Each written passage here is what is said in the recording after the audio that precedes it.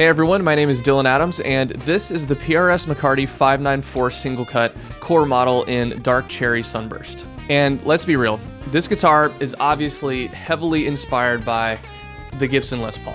All PRS guitars have their own thing going on, they have their own identity, but this model in particular is one of their most directly vintage inspired models. So for today's video, I'm gonna be maybe a little bit unoriginal and compare these two guitars, but it's gonna be a little bit different from your typical Gibson versus PRS comparison video. Instead of just playing these two guitars back to back and saying, oh, this one sounds better, or this one plays better, or whatever, like a typical comparison, I'm gonna zoom in on the subtle details of how these two guitars were designed and built that you may not be aware of, and as objectively as possible, highlight the similarities and differences between these two guitars. I will interject some opinions and observations of my own throughout the video, which I feel like my perspective is somewhat unique as someone who makes a living playing guitar, but has also been to a luthier school and has experience building guitars. But the main point of this video for me is just to get to the bottom of what makes these two guitars what they are, both for curiosity's sake and for anyone who may be trying to decide which of these two guitars to purchase. So without further ado, let's get into our detailed comparison of the PRS McCarty 594 single cut and my custom shop Gibson Les Paul.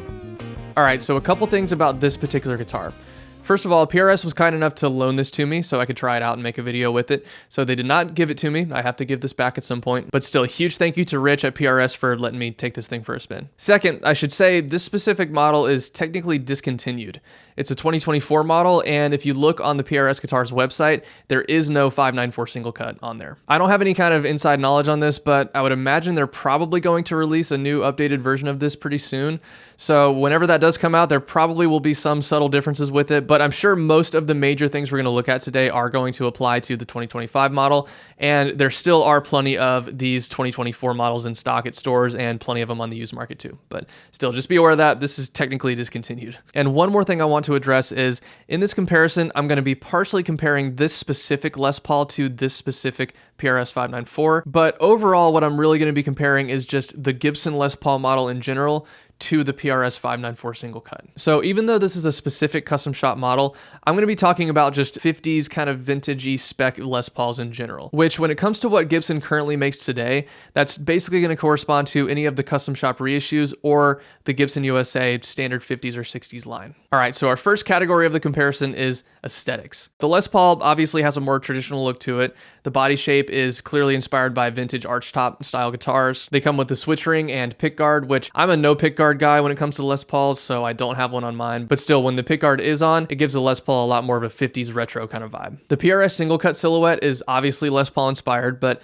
they've kind of modernized it a little bit. They've changed the proportions so it's not quite as peanut shaped, and they do not come with a switch ring or a pickguard, which gives the whole thing just kind of a more sleek and modern sort of look. I personally really dig them both.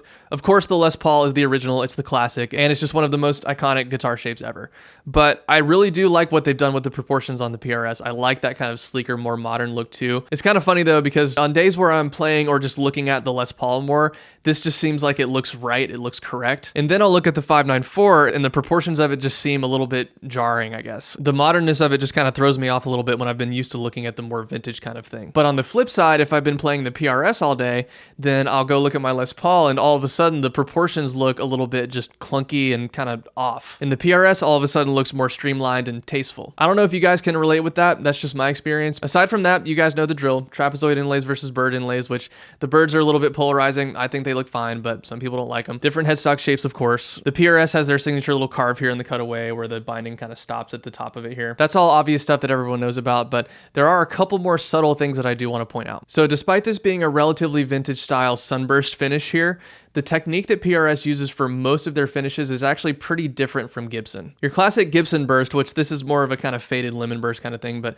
pretend it's like a cherry burst or something. A traditional burst is basically achieved by simply staining the top in amber yellow color and then spraying the burst color around the outer edge. And specifically when you have a flame maple top, this finishing technique makes it so certain lightings accentuate the flame more than others. If you move the guitar around in the lighting, then it gives it this kind of 3D holographic effect. And some Les Pauls, mine included, have what's called a peekaboo top, where in certain lighting, it looks like there is no flame at all. It's just a plain top. But then as soon as the light hits it just right, then all of a sudden it just explodes with this amazing flame. Now, PRS's technique is a little different and has a totally different result. What they do is first stain the top a darker color than what the end result is going to be. And then once the stain dries, they actually sand almost all of it back to bare maple. Except what happens is, as long as you don't sand it back too far, the stain stays in the waves of the flame. And then they go back and stain the top again in the end result color. In this case, they would have first stained it with kind of a dark red or orange, and then sanded it back, and then stained it with a lighter orange afterwards. And what that does is make the second lighter stain the main overall color of the guitar, but it has these extra accentuated dark flames. And if it's a non-burst finish, then they'll just leave it as is and spray clear coat over that. Or if it is a burst finish like this one is, then they'll just spray the burst color around the outer edge,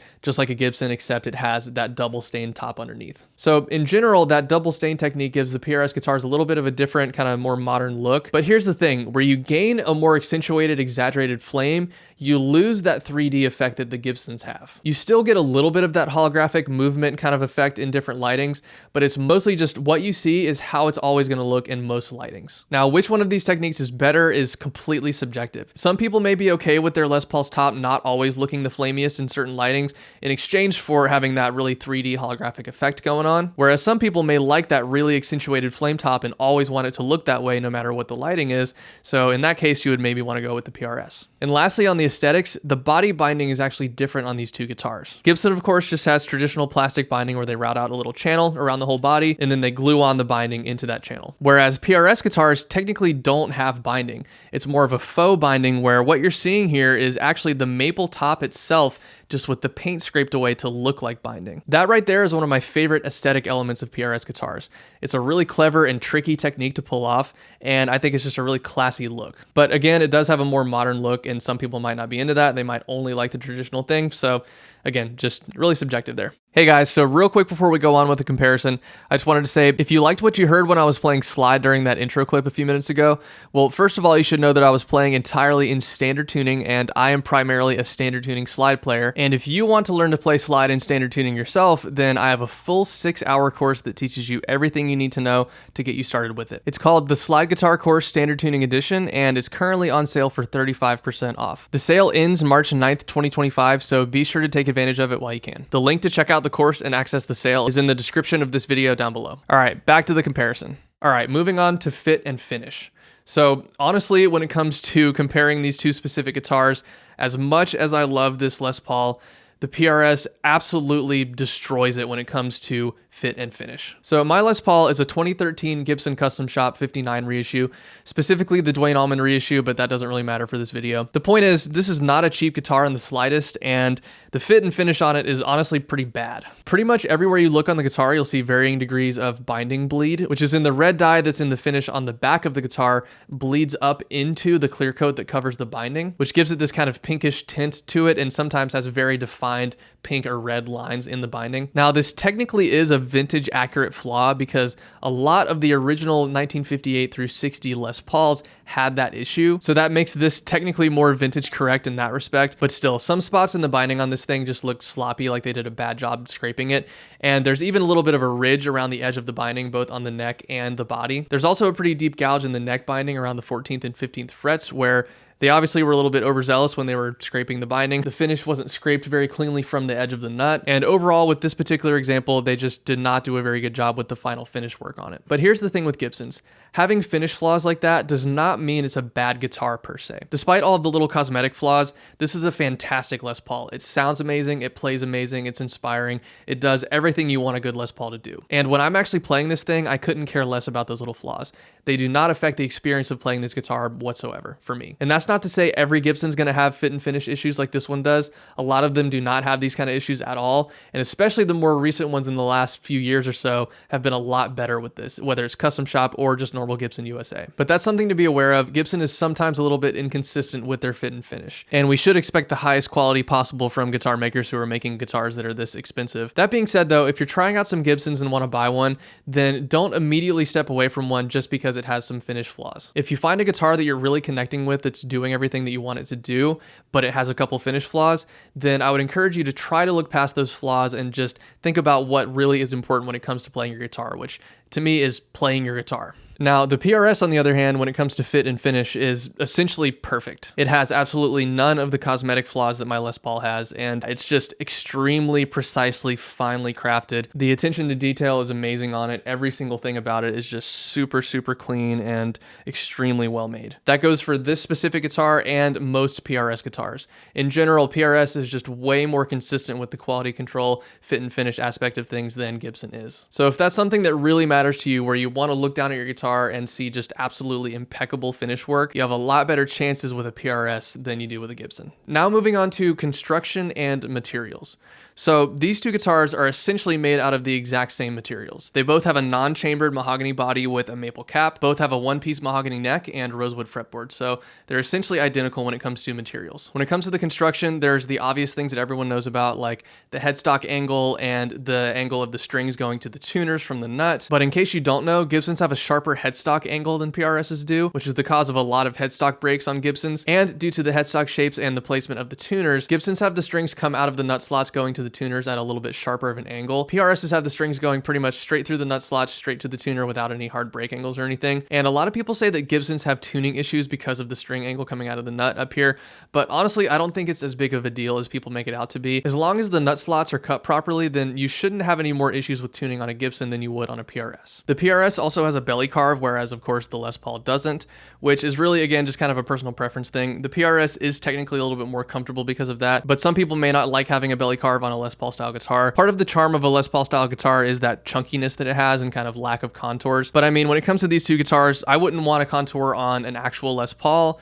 but on the PRS, because it has these other kind of modernized features, I feel like it fits a little bit better, and I don't mind it. When it comes to scale length, the PRS is a little bit shorter at 24.594 inches, which of course is where the name for this comes from, the McCarty 594. And the Gibson is 24 3/4 or 24.75 inches, right?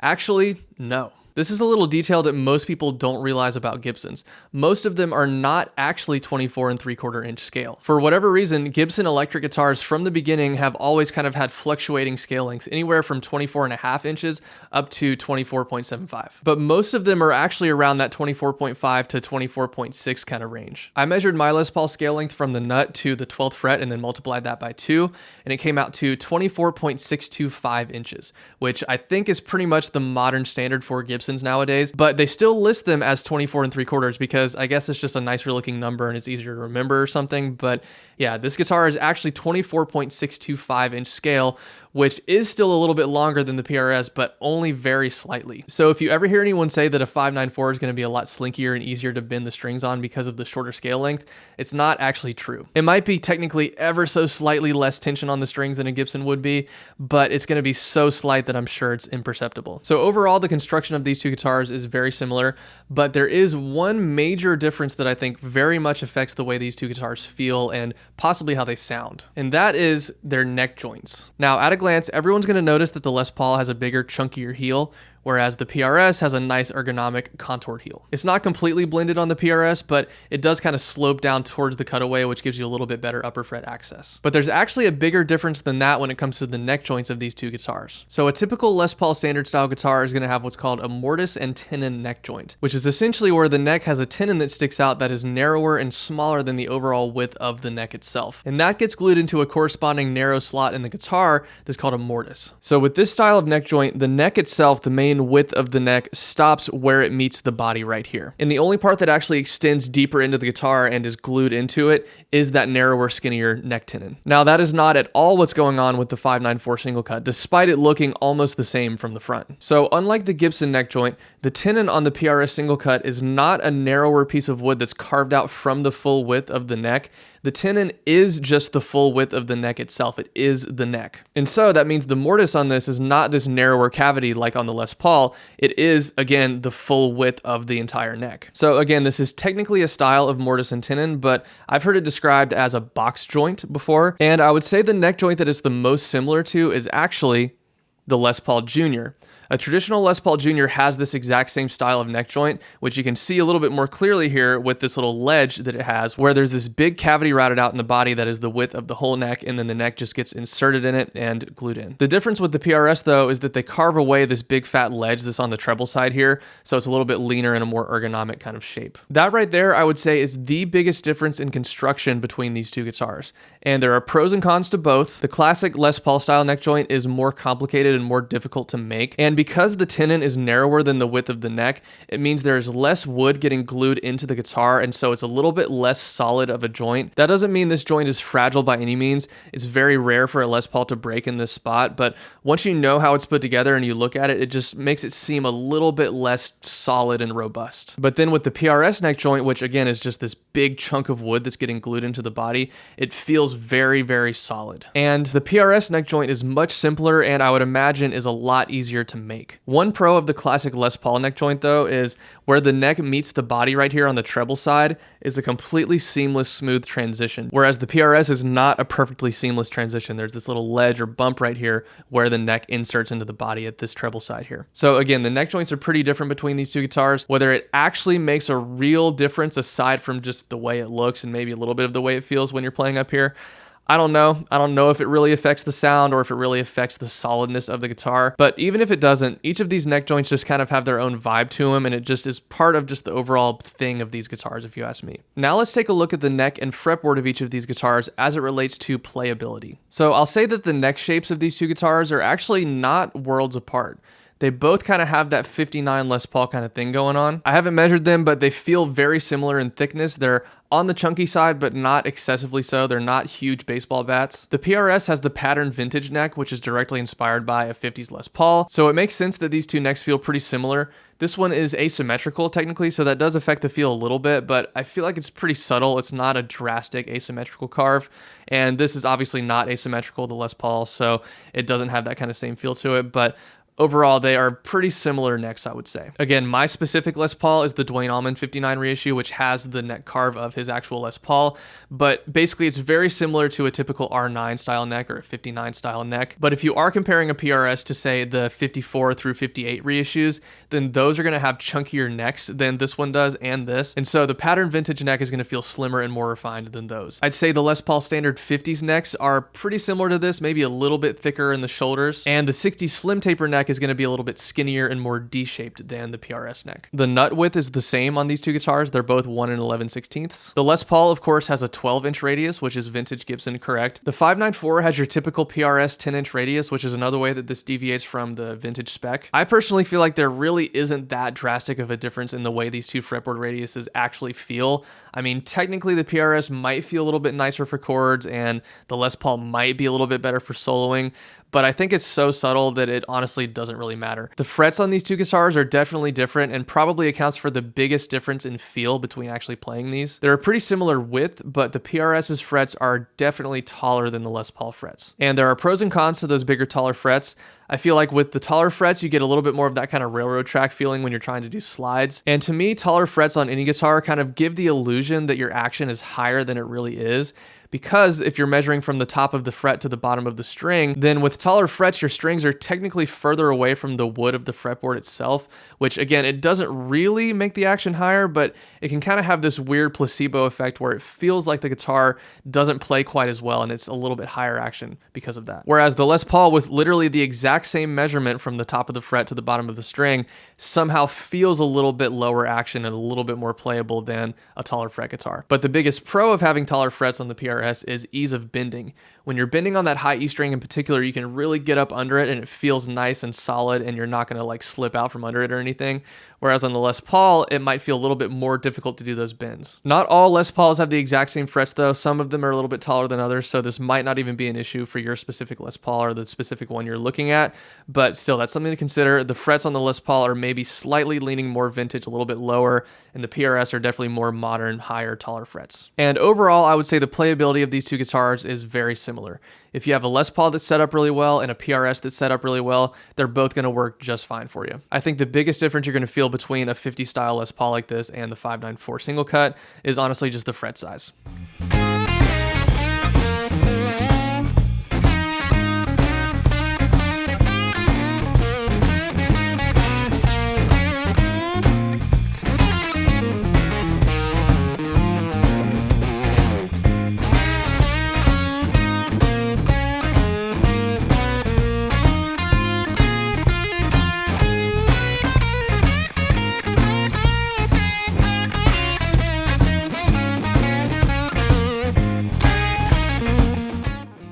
Next, let's compare the hardware on these two guitars. So when it comes to the bridge, the Gibson of course has the classic stop bar tailpiece with Tune-o-matic ABR1 bridge. The bridge on mine is actually not stock though. This is the Faber ABR bridge, which I think is much better than the stock one that comes on custom shop Gibsons and just normal Gibson USA guitars. With the stock ABR1, to make them as vintage accurate as possible, at least on the custom shop ones, they don't have the retaining wire that holds the saddles in. So every time you take the strings off, all of the saddles can just fall out. The stock ABR ones also come with steel saddles, which I personally do not like because I think they sound tinny and they make me break strings a lot more often.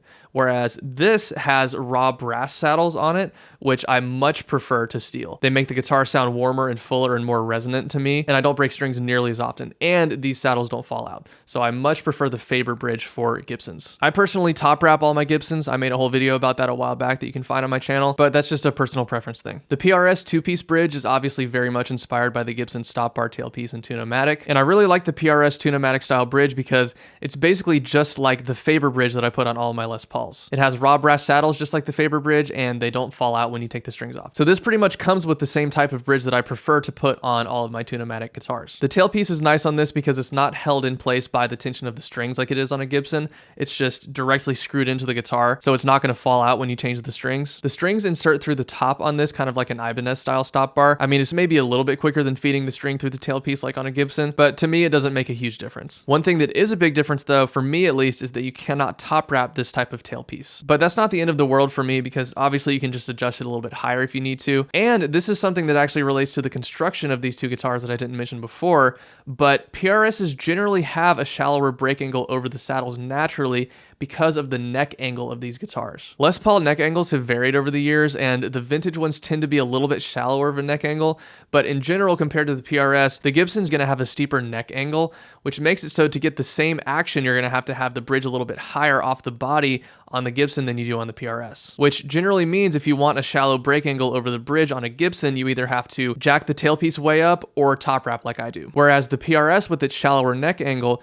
you don't have to have the bridge raised up as high off the body to get an equivalent action. And so you get a shallower break angle over the bridge without having the tailpiece raised way up off the body. Moving on to the nut. So for Gibson, if you get a custom shop like this, then it's going to have a nylon nut, which is the vintage correct 50s spec. And if you get a regular production Gibson USA, then it's going to have a Corian nut, which is basically like a high density plastic. And the PRS comes with a bone nut. How much of a difference this really makes is debatable, but the nylon and Corian nuts, maybe you're going to sound a little bit more mellow, whereas the bone nut is going to be a little bit brighter and livelier on those open strings. And bone is just generally the go-to higher quality, more premium option. I'd say bone does require a little bit more lubrication than say a nylon nut. This, you don't really need to have any kind of lube in there. I've never had any kind of string binding issues with this or with this really, but since this is bone, it might be more likely to develop that over time and you might need to lubricate it some. And lastly, for the tuners, they both generally have a Kluson style tuner set, so like a vintage Kluson style tuner. The buttons are different, of course. The Gibson has the classic Keystone tulip style buttons, and the PRS has the new wing style ones. But the main difference you're going to see is actually in the tuner posts. So the Gibson has the kind of typical vintage correct narrow post here that I'm assuming are made out of steel, whereas the PRS has these bigger, thicker brass posts. Paul Reed Smith's motto is anything that the string touches is God, is what he says. And so I'm sure these thick brass posts are a deliberate effort to try to improve the tone. Whether they make a difference, I don't know. But either way, on both guitars, they are nice, high-quality tuners, and I think it's a common misconception that Kluson-style tuners are lesser quality. Of course, there are some cheaply made ones out there that aren't as good, but if you get a good quality set, then they're going to hold a tune and be just as fine-tuning as most other sets of tuners out there. And I personally like them because I think they look much better than most other tuners, and they're lightweight. So both of these guitars are great in that respect. And last but not least, let's talk about the electronics of these guitars and the types of sounds you can get with them. So my Les Paul no longer has the stock pickups. If you guys watched my previous video, then you'll know that I put the Wiz Pickups Dwayne Allman Layla Fillmore set in this recently, which is a very underwound low output set of PAF style humbuckers. They're both right around 7K ohms, whereas the custom buckers that come in the custom shop Les Pauls and the pickups that come in the standard 50s and 60s Les Pauls are a little bit higher output than these are, but the stock Gibson pickups still are absolutely in that kind of vintage PAF range of output. So even though these Wiz pickups are a little different, this is still going to be a good representation of the classic Les Paul sound. Ironically though, these pickups are actually a little bit closer in specification to the stock 594 pickups than the ones that come in most custom shop Gibsons. The 5815 LTs that these come with, or I guess came with, are PRS's take on a vintage low output PAF style humbucker. And these are also both right around 7K ohms. The whiz pickups that are in this and the stock pickups that these custom shop Les Pauls come with have Alnico 3 magnets. And I don't know what magnets are in this. PRS is pretty secretive about stuff like that. But based on how they sound and feel, I feel like it's probably Alnico 2. They kind of have a little bit of a warmer, rounder, kind of softer attack kind of thing going on. But whatever they are, PRS is definitely going for a vintage sound with this guitar. The original Gibson PAF humbuckers from the late 50s tended to be a little bit underwound compared to modern humbuckers, which means they just have less wire wrapped around the bobbins, which again is what these are and what PRS is going for with these. That's where the LT in the name comes from, low turn, meaning less turns of wire on the bobbins. And low output humbuckers like that typically have a lot more clarity and articulation and less bass and mids than a higher output set. And so vintage Gibsons from the 50s and 60s are often a lot brighter than people think they're going to be.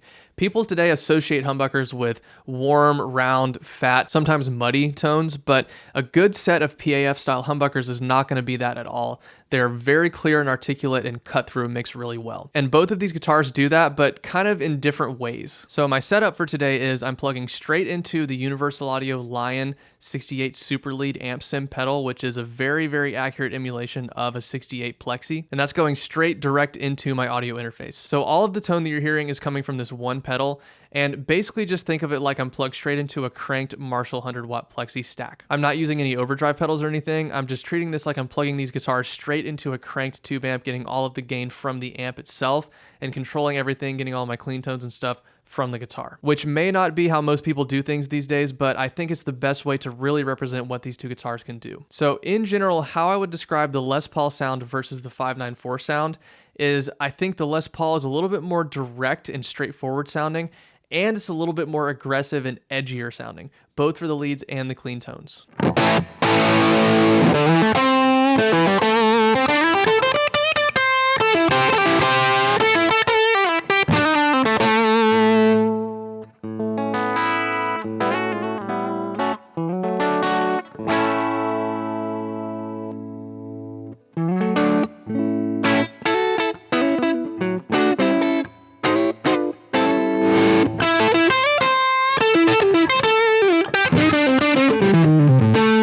Whereas the PRS is a little bit sweeter sounding, less aggressive in the upper mids, and a little bit more hi-fi in the upper treble.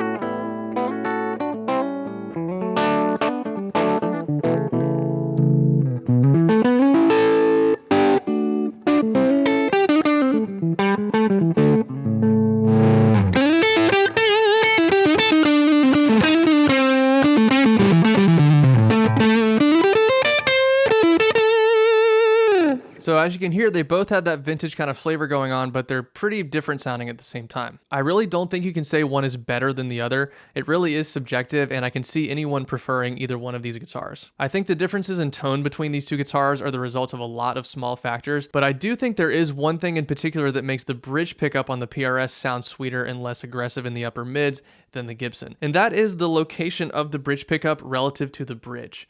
So compared to most Les Pauls, the bridge pickup on the PRS 594s is scooted forward a little bit closer to the neck.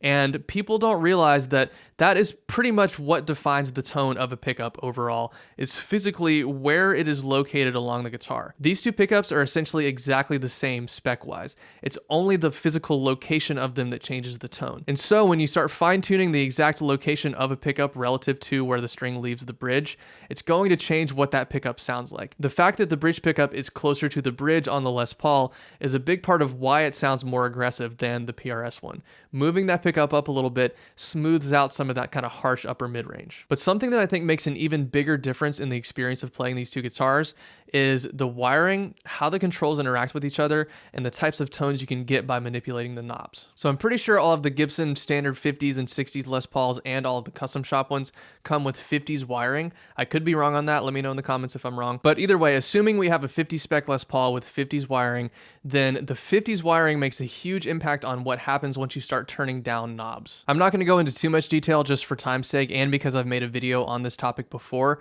which I'm going to link in the description down below. But the main thing with 50s wiring is as soon as you turn the volume knob down on your guitar, especially when you're plugged into a cranked amp kind of thing like I am, it cleans up in a really, really beautiful musical sounding way without losing any treble.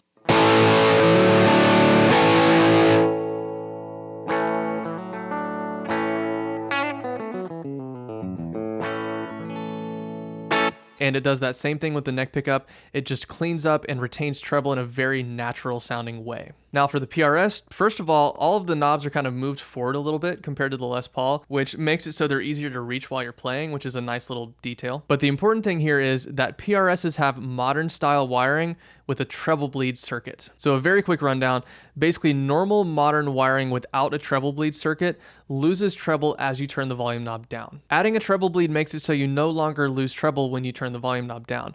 But unlike the 50s wiring, it also takes away a little bit of bass and other frequencies too, because it's technically a type of high-pass filter, which some people feel sounds a little bit more sterile and less natural sounding than 50s wiring. PRS though is really good about choosing the right resistor and capacitor values for their treble bleed circuits to make them more natural sounding and less of that kind of sterile thing. So let's go ahead and hear it.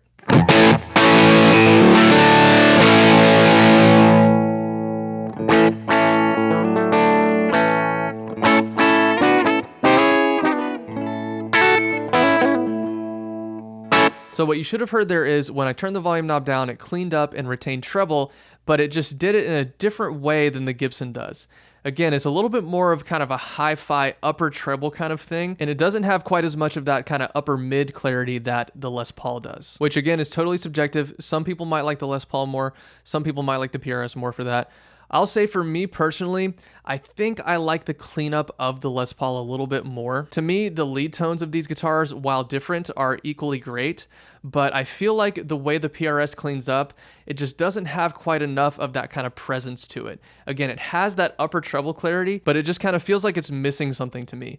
I'd say it's a little bit better on the bridge pickup because that already kind of has a little bit of bark and upper treble and stuff naturally, but the neck pickup, when you turn that volume knob down, I think it really could use some of that upper mid-range presence.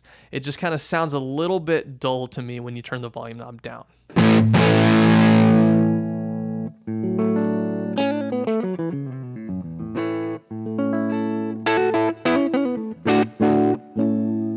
It's not like it's muddy sounding or anything. It's still relatively clear for a humbucker neck pickup, but compared to the Les Paul, it just lacks some presence.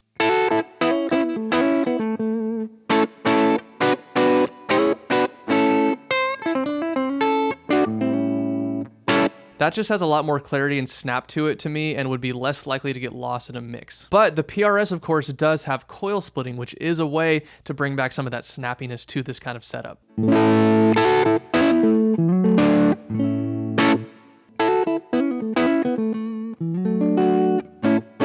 So that does bring a lot of extra clarity to this guitar and just gives you way more options for tones and maybe allows you to get some more single coil-esque sort of sounds in a humbucker guitar. PRS does some of the best, most natural sounding coil splits out there, and I see how this setup could be useful for a lot of people, especially if you can only have one guitar and just need to get as many tones as possible from it.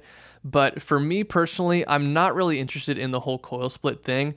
If I'm playing a humbucker guitar, I want it to just sound like a humbucker guitar. I want it to have plenty of clarity available and to clean up well, but I don't need it to be something that it's not. And so when it comes to the controls of these two guitars, I think they're both very flexible and they work well. But for me, as someone who actually uses my controls a lot, the Les Paul works a little bit better for what I want out of this style of guitar. If I was going to have my ideal version of this guitar, I would make it so it just doesn't have coil split. I don't need that personally. And I would actually want it to have maybe a little bit more aggressive of a treble bleed to where it maybe cuts a little bit more bass and retains a little bit more treble than this does. Basically, I would want the controls to interact more like they do on the NF53. This guitar is super versatile and flexible with no coil splits and just one volume and one tone knob.